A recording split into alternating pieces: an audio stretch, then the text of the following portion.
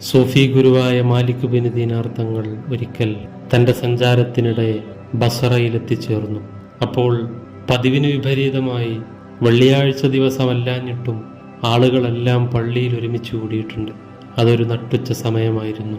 ളുഹർ നിസ്കാരം കഴിഞ്ഞിട്ടും ആളുകൾ തിരിച്ചു പോകുന്നില്ല. അസറും കഴിഞ്ഞു, ആളുകൾ പോകുന്നില്ല.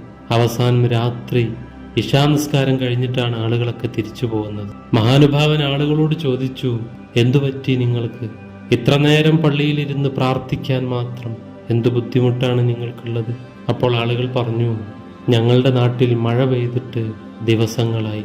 കിണറുകളും പുഴകളുമെല്ലാം വറ്റിപ്പോയി. വെള്ളമില്ലാതെ ഞങ്ങൾ വലഞ്ഞിരിക്കുകയാണ്. അപ്പോൾ ഞങ്ങളെല്ലാവരും തീരുമാനിച്ചു, പള്ളിയിൽ വന്നിരുന്ന് ഒരുപാട് ആരാധനകൾ ചെയ്തുകൊണ്ട് പ്രാർത്ഥിച്ചു കഴിഞ്ഞാൽ പടച്ചറബ് മഴ തരുമല്ലോ. അങ്ങനെ അവരെല്ലാം പിരിഞ്ഞുപോയി.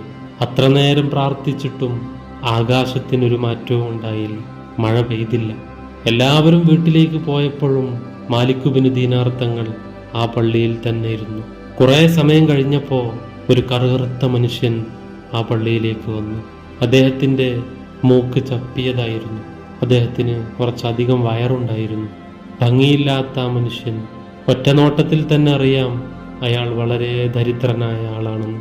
ആ വ്യക്തി ഒരു തുണി കൊണ്ട് എടുക്കുകയും മറ്റൊരു തുണി കൊണ്ട് പുതക്കുകയും ചെയ്തിട്ടുണ്ട്. അദ്ദേഹം പള്ളിയിൽ